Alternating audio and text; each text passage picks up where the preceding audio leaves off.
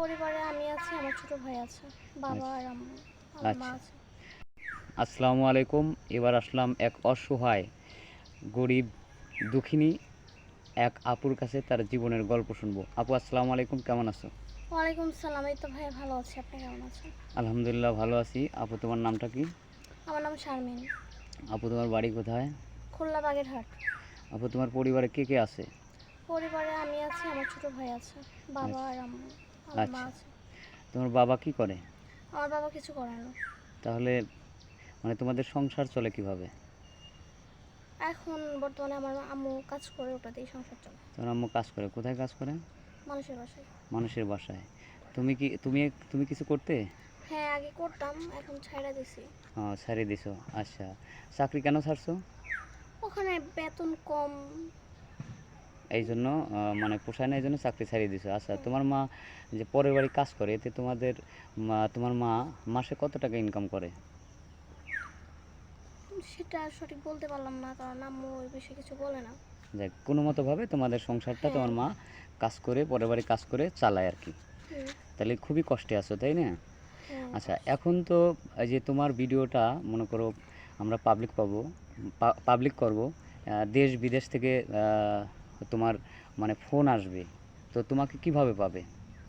ভাই, আমার তো ফোন নাই, কারণ ৩ বেলা ঠিক মতো খাইতেই পারি না, তাহলে ফোনটা কিভাবে নেব? আচ্ছা আর যোগাযোগ করলে আপনাদের সাথে আগে যোগাযোগ করতে হবে। আচ্ছা। এখন যদি কোনো প্রবাসী ভাই তোমাকে পছন্দ করে, অথবা তার মানে বউ আছে অসুস্থ, এখন যদি তোমাকে বিয়ে করতে চায়, তাহলে তুমি কি সম্মতি আছো? না, কারণ একটা মেয়ে হয়ে একটা মেয়ের সংসার কিভাবে ভাঙবো? সে অসুস্থ হলে তো আল্লাহ তারা একদিন না একদিন ঠিক করবেই, তাই না? না, তার বউ যদি অনুমতি দেয়, তো তখন কি তুমি রাজি হবে? হ্যাঁ, তখন রাজি হতে পারে, কিন্তু তার বউয়ের অনুমতি ছাড়া। বিয়ে করবে না আর কি, তুমি চাও না যে একটা মেয়ে হয়ে আর একটা সংসার ভাঙতে। হ্যাঁ। আচ্ছা, তোমার মানে পছন্দ, দেখ এটা তো আমাদের কথা বললাম বা কল্পনা, তোমার পছন্দ কেমন ছেলে তোমার পছন্দ?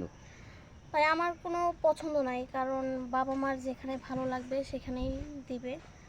আর আমার অনেক ছেলে দেখছে খালি আইসা যৌতুকের টাকা চায়, কারণ আমার বাবা মার সামর্থ্য নেই যে যৌতুক দিবে। আচ্ছা, এক কথায় তুমি চাচ্ছ যে বয়স যেমনই হোক না কেন, ভালো একজন মনের মানুষ হলেই তোমার চলবে।